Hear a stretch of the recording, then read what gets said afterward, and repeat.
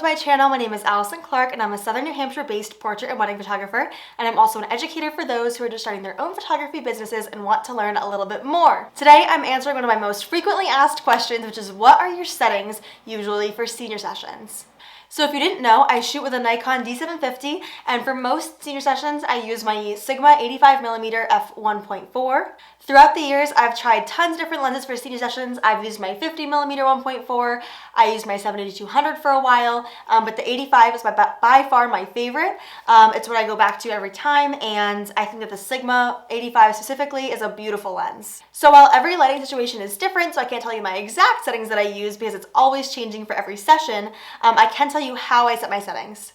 I always start with my aperture. So I know that for senior sessions, I'll always have an aperture of either f2.2 or 2.5. I'll change it up a little bit depending on the exact portrait that I'm taking. So if I'm further away, if I'm closer up, I might flip back and forth between those two. But I will mostly always stick with one of those. And here's why.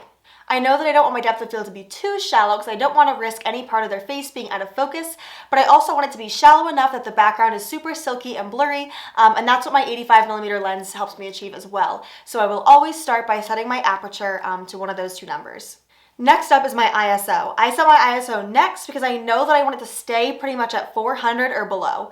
I never really want to go higher than 400. The higher that you go, especially once you reach like 800 or 1000, the grainier your photos will be, and we want to avoid all grain here. So I'll typically set my ISO for about 400, and I probably will not touch it for the rest of the session. From there comes my white balance. So since I tend to photograph on the warmer side, I use Kelvin white balance, and I pretty much always have it set between 7,000 and 8,000. It depends on if the day is cloudy or in direct sun, but it's usually within that range, and that helps me achieve super warm and glowy skin tones and get that golden glow that I always strive to achieve. Last but not least, I set my shutter speed. So I set that last because I'm pretty much always changing it during my session, depending on if we're in the shade or if we're in direct sunlight. I will always try to keep it above 1/500th of a second, because if I go any slower, then I will risk getting blur from handshake, because your camera naturally, when you press that button or when you're just, breathing. So if it's above 1/500th of a second, you'll avoid getting any of that blur, but typically I am higher since I'm usually outside in the bright sun.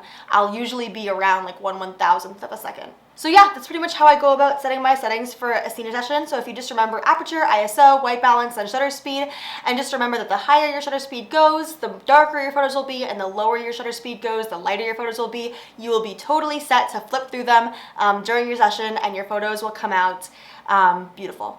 That's all I have for you guys today. Please leave a like if this video is helpful to you, and leave a comment below. If you have any further questions, I'd be more than happy to answer them. Also leave a comment if you have any ideas for future videos that you want me to do. I'd be happy to do anything that you guys want. I'm always looking for new ideas, and I want to make sure that this educational content is exactly what you need. Also, if you're a portrait photographer, don't forget to snag my free download, which is linked in the description below.